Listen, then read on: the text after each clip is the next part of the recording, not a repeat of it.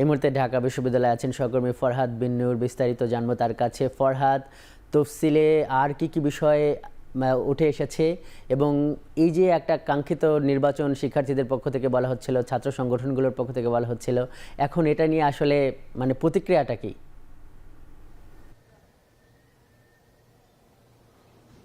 ধন্যবাদ লিমন। আমরা কিন্তু তফসিল যখন ঘোষণা হচ্ছিল, ঘোষণার পরপরই কিন্তু আমরা দেখলাম যে ঢাকা বিশ্ববিদ্যালয়ের যে সিনেট ভবনের যে নবাব আলী যে অডিটোরিয়াম, সেখানে কিন্তু বের হয়ে আমরা কিন্তু দেখেছি যে একঝাঁক ঢাকা বিশ্ববিদ্যালয়ের শিক্ষার্থী তারা কিন্তু এই ডাকসু তফসিল ঘোষণার পক্ষে, তারা কিন্তু তফসিল ঘোষণা হওয়ার পক্ষে কিন্তু উচ্ছ্বাস প্রকাশ করে তারা কিন্তু নানা রকম স্লোগান দিয়েছেন ডাকসু ডাকসু বলে।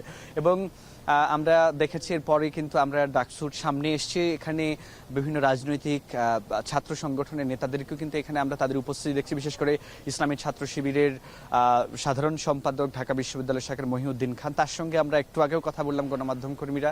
তিনি আমাদেরকে যে বিষয়টি জানালেন যে এক বছর প্রায় হয়ে গেছে গণ অভ্যুত্থানের, যদিও গণ অভ্যুত্থানের অন্যতম একটা দাবি ছিল যে ক্যাম্পাসগুলোতে ছাত্র সংসদ নির্বাচন, কিন্তু সেটি এক বছর পরে হলেও অবশেষে যে বহুল কাঙ্ক্ষিত প্রতীক্ষিত যে তফসিল ঘোষণা করা হয়েছে সেটিকে তারা স্বাগত জানিয়েছে। একই সঙ্গে তারা বলছে যেই তারিখ নির্ধারণ করা হয়েছে নির্বাচনের জন্য এবং নির্বাচন সংক্রান্ত অন্যান্য যেসব ব্যাপার রয়েছে সেগুলোর জন্য যা তারিখ ঘোষণা করা হয়েছে সেই অনুযায়ী যেন কোনো প্রকার বাধা বিঘ্ন ছাড়াই সুষ্ঠুভাবে যে রিটার্নিং কর্মকর্তা যারা রয়েছেন তারা যেন এই নির্বাচনটা সম্পন্ন করতে পারেন সেই দাবি কিন্তু তারা করছেন।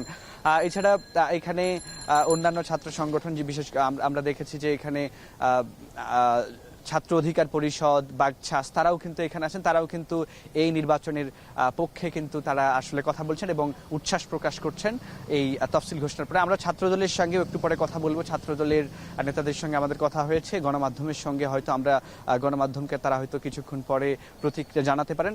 এছাড়া আমরা প্রধান রিটার্নিং কর্মকর্তা যে বিষয়টি জানিয়েছেন, তিনি বলেছেন যে এই নির্বাচনে কোনো রাজনৈতিক পরিচয় নেই, যেহেতু এটি বিশ্ববিদ্যালয়ের ছাত্রদের একটি জায়গা। সুতরাং যারাই বিশ্ববিদ্যালয়ের সাধারণ শিক্ষার্থী এবং যারাই ভোটার বা প্রার্থী তারাই এখানে অংশ নিতে পারবেন এবং এখানে কোনো রাজনৈতিক পরিচয় কোনো ব্যাপার থাকবে না। আমরা সেখানে প্রশ্ন করেছিলাম যে যেহেতু নির্বাচন এর তফসিল ঘোষণা করা হয়েছে, আমরা জাহাঙ্গীরনগর বিশ্ববিদ্যালয়ে দেখছিলাম তফসিল ঘোষণার পরও সেখানে কিন্তু নির্বাচনটা হয়নি, সেটি স্থগিত করা হয়েছে। ঢাকা বিশ্ববিদ্যালয়ে এরকম কোনো চ্যালেঞ্জ আছে কিনা? প্রধান রিটার্নিং কর্মকর্তা আমাদেরকে যেটি জানিয়েছেন, তিনি বলেছেন যে না, ঢাকা বিশ্ববিদ্যালয়ের নির্বাচনের এই যে ডাকসু নির্বাচনের কোনো তারা চ্যালেঞ্জ দেখছেন না এবং কোনো প্রকার এখন পর্যন্ত তারা থ্রেড কোনো কিছুর জন্য মনে করছে না এই নির্বাচন সুষ্ঠুভাবে পরিচালনা করার জন্য। এবং আরেকটি বিষয় একটু বলতে পারি যে আপনার ভোট যে হবে, ভোট গ্রহণের আগে কিন্তু নানা রকম প্রক্রিয়া আছে, সেগুলোও কিন্তু সুষ্ঠুভাবে তারা শেষ করবেন বলে আমাদেরকে জানিয়েছেন। তো এই ছিল আমার কাছে যেমন ডাকসু নির্বাচনের সবশেষ তথ্য। 9 সেপ্টেম্বর ডাকসু নির্বাচনের তারিখ ঘোষণা হয়েছে, এ নিয়ে ঢাকা বিশ্ববিদ্যালয় থেকে জানাচ্ছিলেন সহকর্মী ফরহাদ বিন নূর।